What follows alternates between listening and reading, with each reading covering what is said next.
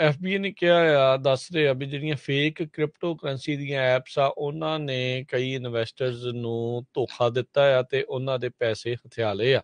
ਕਹਿੰਦੇ 42 million dollar ਤੋਂ ਵੱਧ ਦੀ ਲਾਗਤ ਦੀ ਕ੍ਰਿਪਟੋ ਕਰੰਸੀ ਦਾ ਜਿਹੜਾ ਸਕੈਮ ਆ ਇਹਨਾਂ ਇਨਵੈਸਟਰਸ ਦੇ ਨਾਲ ਹੋਇਆ ਆ। ਅਕਤੂਬਰ 2021 ਤੋਂ ਜਿਹੜਾ ਇਹ ਸਾਰਾ ਕੁਝ ਚੱਲ ਰਿਹਾ ਸੀ। ਜਿਹੜੇ ਸਾਈਬਰ ਕ੍ਰਿਮੀਨਲ ਹੁਣ ਇੱਕ ਨਵੀਂ ਕੈਟਾਗਰੀ ਕ੍ਰਿਮੀਨਲਸ ਦੀ ਜਿਹੜੀ ਹਰਜੋਤ ਸਿੰਘ ਦੀ ਆ ਚੁੱਕੀ ਆ, ਸਾਈਬਰ ਕ੍ਰਿਮੀਨਲਸ। ਕਹਿੰਦੇ ਵੀ ਜਿਹੜਾ ਕ੍ਰਿਪਟੋ ਦੇ ਵਿੱਚ ਲਗਾਤਾਰ ਲੋਕਾਂ ਦਾ ਝੁਕਾਅ ਵੱਧ ਰਿਹਾ ਆ, ਲੋਕ ਇਨਵੈਸਟ ਕਰ ਰਹੇ ਆ ਇਸ ਦੇ ਵਿੱਚ, ਡਾਲਰ ਜਿਹੜੇ ਉਹ ਲਾ ਰਹੇ ਆ।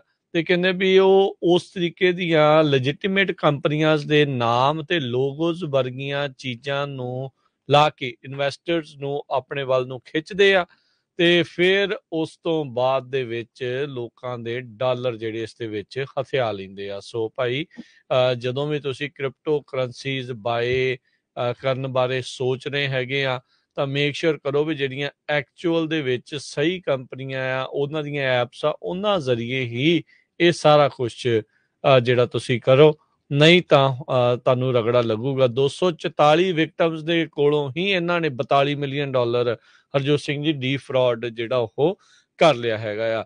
FBI ਨੇ ਇੱਕ ਅਜਿਹਾ ਕੇਸ ਦੇਖਿਆ ਆ ਵੀ ਇੱਕ ਬੰਦਾ ਕੰਪਨੀ ਨਾਮ ਯੀਬਿਟ ਕਰਕੇ ਜਿਹੜਾ ਉਹ ਚਲਾ ਰਿਹਾ ਸੀਗਾ ਐਪ ਜਿਹੜੀ ਕੁਛ ਇਦਾਂ ਦੀ, ਉਹਨੇ ਇਕੱਲੇ ਨੇ ਹੀ 5.5 ਮਿਲੀਅਨ ਡਾਲਰ ਦਾ ਜਿਹੜਾ ਚੂਨਾ ਆ ਉਹ ਲਾ ਲਿਆ।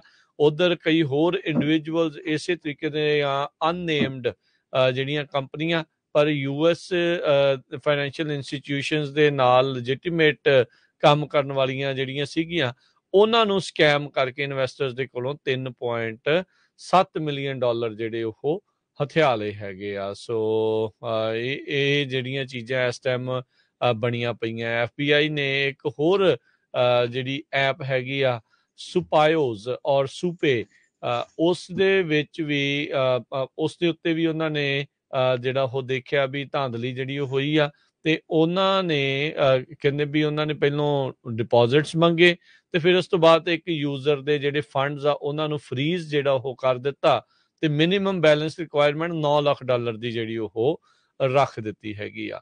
ਸੋ ਕਹਿੰਦੇ ਵੀ ਜੈਨ ਜ਼ੀ ਜਿਹੜਾ ਇੱਕ ਕੈਟਾਗਰੀ ਮੰਨੀ ਜਾਂਦੀ, ਉਹਦੇ ਵਿੱਚੋਂ 99% ਤੇ ਮਿਲੇਨੀਅਲਸ ਦੇ ਵਿੱਚੋਂ 98% ਜਿਹੜੀਆਂ ਮੋਬਾਈਲ ਬੈਂਕਿੰਗ ਐਪਸ ਆ ਉਹਨਾਂ ਦੀ ਵਰਤੋਂ ਰੋਜ਼ਾਨਾ ਜਿਹੜੀ ਉਹ ਕਰਦੀ ਹੈਗੀ ਆ। ਤੇ FBI ਤਾਂ ਕਹਿੰਦੇ ਵੀ ਅਸੀਂ ਤਾਂ ਤੁਹਾਨੂੰ ਇਹੀ ਸਲਾਹ ਦਿੰਦੇ ਆ ਵੀ ਉਹਨਾਂ ਇਨਵੈਸਟਮੈਂਟ ਜਾਂ ਫਾਈਨੈਂਸ਼ੀਅਲ ਇੰਸਟੀਟਿਊਸ਼ਨਸ ਦਾ ਜਿਹੜਾ ਧੱਕੇ ਦੇ ਨਾਲ ਤੁਹਾਨੂੰ ਰਿਕੁਐਸਟ ਕਰ ਰਹੀਆਂ ਵੀ ਐਪ ਡਾਊਨਲੋਡ ਕਰੋ, ਇਨਵੈਸਟਮੈਂਟਸ ਜਿਹੜੀਆਂ ਕਰੋ, ਉਹਨਾਂ ਦਾ ਤੁਸੀਂ ਆਪਣੇ ਆਪ ਨੂੰ ਉਹਨਾਂ ਤੋਂ ਜਿਹੜਾ ਬਚਾ ਕੇ ਰੱਖੋ, ਨਹੀਂ ਤਾਂ ਤੁਸੀਂ ਵੀ ਇਸ ਸਕੈਮ ਦਾ ਡੀ ਫਰਾਡ ਹੋਣ ਦਾ ਜਿਹੜਾ ਸ਼ਿਕਾਰ ਆ ਉਹ ਹੋ ਸਕਦਾ।